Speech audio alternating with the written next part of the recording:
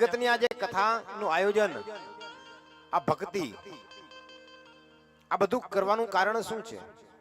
શું કામ કરવું જોઈએ?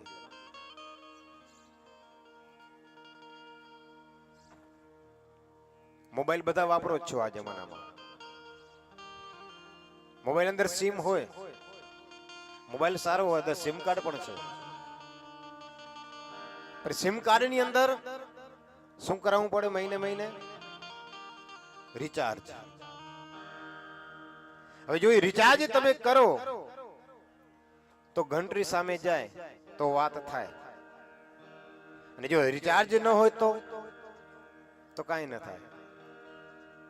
તો કથાનું માધ્યમ એ છે કે તમે આજે સંસારની અંદર રહીએ છીએ આપણે, તો સંસારની અંદર રહીએ કામ કરવું પડે. ભક્તિ થતી હોય પણ ઓછી થાય.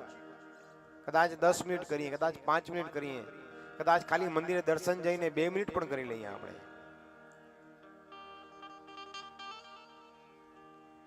તો આ કથાનું માધ્યમ એ છે કે કદાચ તમે કંઈક ભૂલી ગયા હો તો તમને ફરી રિચાર્જ કરવામાં આવે છે. આ રિચાર્જ કરવાનું કામ છે. જો રિચાર્જ કરી કે ભગવાન શું છે, પરમાત્મા શું છે, તો કથાનું માધ્યમ એ છે કે તમે પાછા રિચાર્જ થઈ જાઓ. આ 9 દિવસ સુધી તમે રિચાર્જ કરીએ છીએ, આ તમારું રિચાર્જ કદાચ 6 મહિના સુધી હાલશે, પછી પાછું ધીમે ધીમે ભૂલી જવાશે. આટલું વિશાળ આયોજન, મહારાજે આવી વાતો કરી, આવું જ્ઞાન આપ્યું, આવી વાતો થશે ગામમાં. થોડાક દિવસ બધા વાતો કરશે, કારણ રિચાર્જ થઈ ગયા છો એટલે બધું હાલશે, પણ વધુ સમય ના હાલે. પેલા 1 વર્ષનું આવતું, આજીવન રિચાર્જ આવતું, પછી આજીવન પાછી 6 મહિના કર્યું, હવે મહિને મહિને કરી નાખ્યું આ લોકોએ, કંપની વાળાઓએ. આજીવનમાં કેવું થાય? રિંગ આવે પણ જાય નહીં, રિચાર્જ તો થવું જ પડે. તો આ રિચાર્જ કરવાનું એક માધ્યમ છે ભક્તિ. તો ભગવાનની તમે જે પંચદેવતાઓની પૂજા કીધી, પંચદેવતાઓની પૂજા કરજો. ભગવાનને એક થાળીમાં લેજો, જેટલા ભગવાનો હોય પ્રતિમાઓ થાળીમાં લઈ ભગવાનને સ્નાન કરાવવાના. સ્નાન કરાવી અને ભગવાનને તિલક કરો, ભગવાનને પુષ્પ અર્પણ કરો, અને પછી ભગવાનને ભોગ ધરાવજો. શાસ્ત્રમાં કહ્યું છે કે ભગવાનને ભોજન ભોગ ધર્યા પછી જ આપણે ભોજન કરવું જોઈએ. ભાગવતની કથામાં આવશે, જ્યારે ભગવાન કૃષ્ણ નાના હતા, ગર્ગાચાર્યજી આવ્યા નામકરણ કરવા માટે, અને ગર્ગાચાર્યજી શું કરતા કે પોતે હાથે જ બનાવીને રસોઈ પછી જમતા, પછી ભગવાન પાસે રાખતા ને પછી થાર બોલતા, ને પછી કાનો આવીને પાછું હેઠી કરી જતા.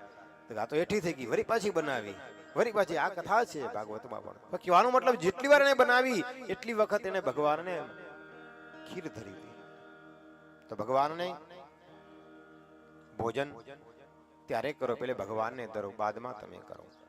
તો કદાચ તમને એમ થાય કે બપોરના ભગવાનને નથી ધરી શકતા, તો સવારના ભગવાનની પૂજા કરી અને ભગવાનને 5 કાજુ બદામ એક ડબલામાં ભરી રાખવાના અને ભગવાનને ધરાવજો પ્રેમથી, અને પછી તમે જમજો. આમ તો કાજુ બદામ ખાવા મળે નહીં, પણ એક તમને બાનું મળી જશે કે ભગવાનને કાજુ ધરાવવાના છે. કે કાજુ તો મળશે, તાકાત આવશે, બુદ્ધિમાં વિકાસ થશે.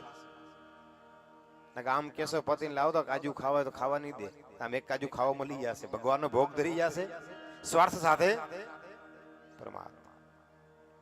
તો આ બ્રાહ્મણ દરરોજ ભગવાનને પૂજા